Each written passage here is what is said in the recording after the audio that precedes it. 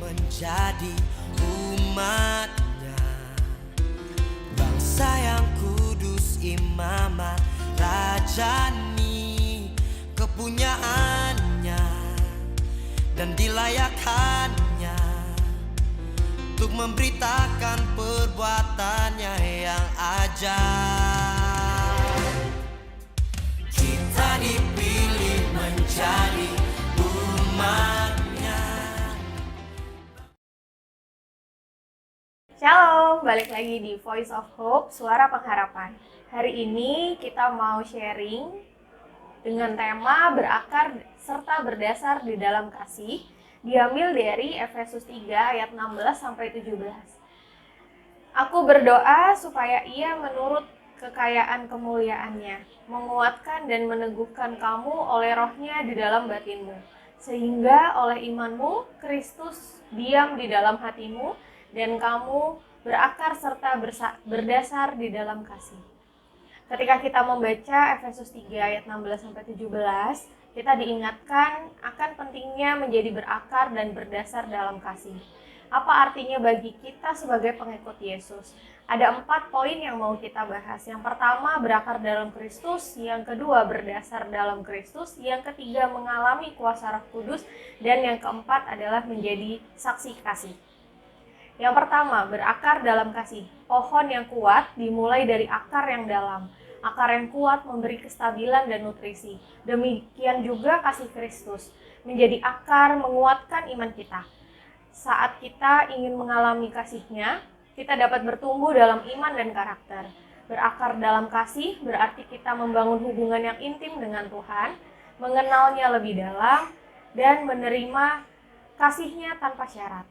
Yang kedua, berdasar dalam kasih. Selain berakar, kita juga diajak untuk berdasar di dalam kasih. Fondasi yang kuat diperlukan agar hidup kita tidak mudah goyah. Kasih merupakan fondasi yang seharusnya membangun setiap tindakan dan keputusan yang kita ambil. Ketika kita menjadikan kasih sebagai dasar, kita belajar untuk mengasihi sesama, berbuat baik, dan menjalin relasi yang harmonis. Kasih membuat kita mampu mengatasi konflik dan perbedaan. Yang ketiga, mengalami kuasa Roh Kudus. Paulus mengingatkan kita bahwa kekuatan untuk berakar dan berdasar dalam kasih datangnya hanya dari Roh Kudus. Kita tidak dapat melakukan ini dengan kekuatan kita sendiri.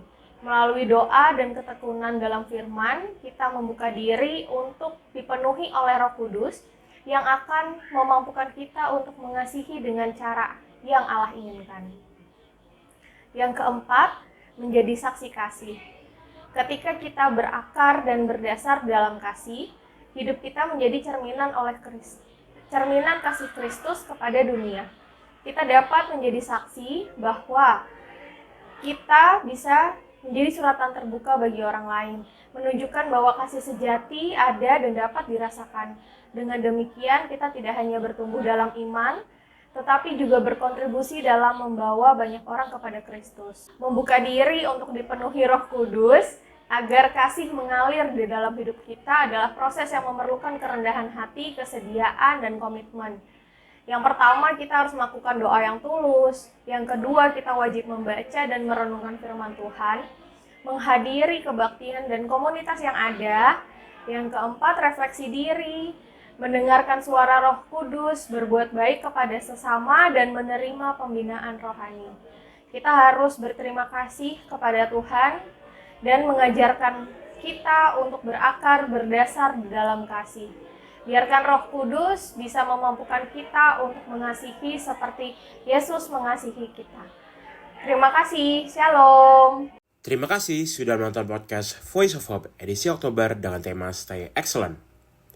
Kalau kamu merasa video ini bermanfaat, yuk like dan share ke teman-temanmu. Butuh dukungan doa? Silakan chat kami di @rajawali.fm melalui Instagram dan TikTok. Mau bergabung dengan komunitas yang positif dan penuh kasih? Ayo jadi bagian dari Raja Wali Family Ministries. Tuhan memberkati.